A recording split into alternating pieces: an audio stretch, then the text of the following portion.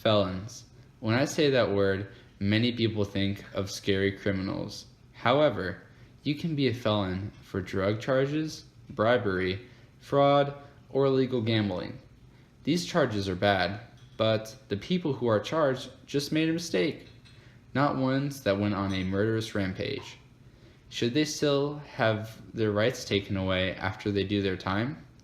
Rights like voting, the Second Amendment, jury service, non-discriminatory practices in hiring, public and social benefits, and custody over their kids. And the right to vote. What were the overall findings of this report? Well, the broad finding is that 6 million people will not be eligible to participate in the election next month, not because they don't necessarily care about the outcome, but because they have a current or previous felony conviction, and depending on the state in which they live, they're prohibited from voting in the election, the largest number we've seen in any point in history. And what are the states that in which felons' voting rights are most affected? Well, of the 50 states, in 2 states, Maine and Vermont, no one's affected. Even in prison you can vote. But in 48 states, you can't vote while you're in prison. In 34 of those states, you also can't vote while you're on probation or parole. And in 12 states, you may even be denied the right to vote after you fully completed your sentence, in many cases for the rest of your life. And the report breaks out just which states have which kinds of voting restrictions. As you said, in Maine and Vermont are states that have no restriction at all. Some who restrict only.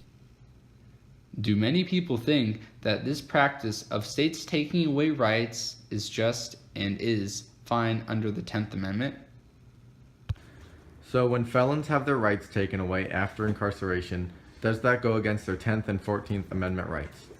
No, because when they get arrested, they waive these rights, and the fact they don't have these rights makes our community safer. Yes, because the rights given to us in the Constitution are based on our unalienable rights as human beings, so one state being able to take them away is unfair.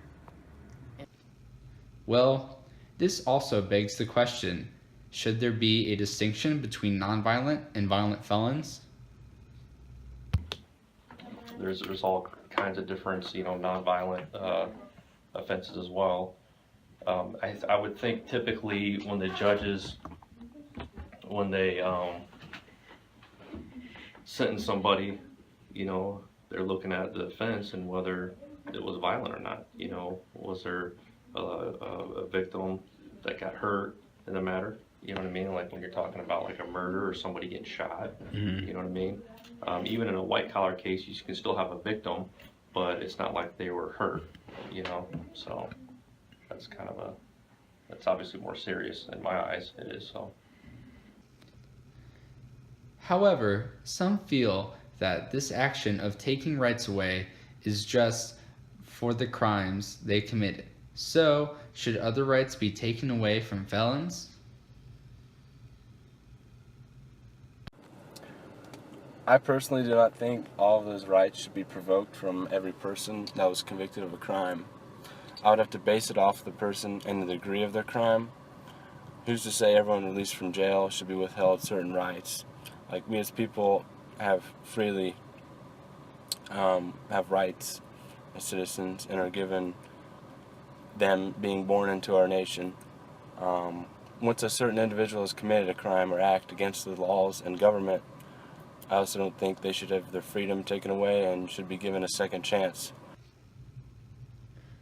What are your views on the restrictions on the rights of felons?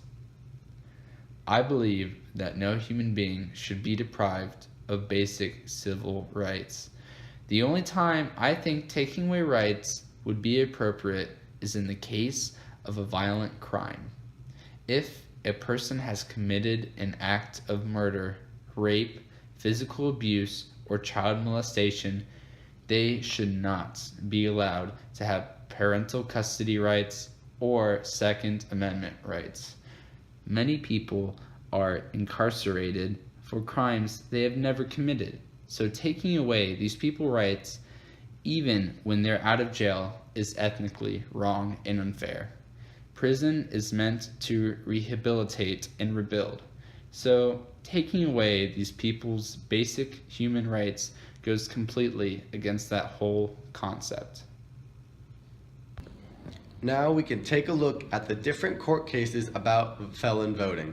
In the case of Richardson versus Ramirez, the U.S. Supreme Court ruled that while it is important for ex-felons to get back into society with citizen participation, it is more important to protect against voting fraud with disenfranchisement laws, because it is proven that felons are more likely to commit voting fraud. Hunter versus Underwood, the court ruled because the laws were so broad with the charges with moral turpitude, it violated the Equal Protection Clause because how broad it could be used. We have only showed a few number of people and what they think. We also wanted to see other people's opinion. 105 people were surveyed, and here were the results. Out of the people who answered the survey, 87.5% of people thought there should be a difference between nonviolent and violent felons. 62.5% said felons' rights should be handled at the federal level. 68.8% of people said that it did not go against their 10th or 14th Amendment rights. And here are the rights people wanted to be taken away from felons.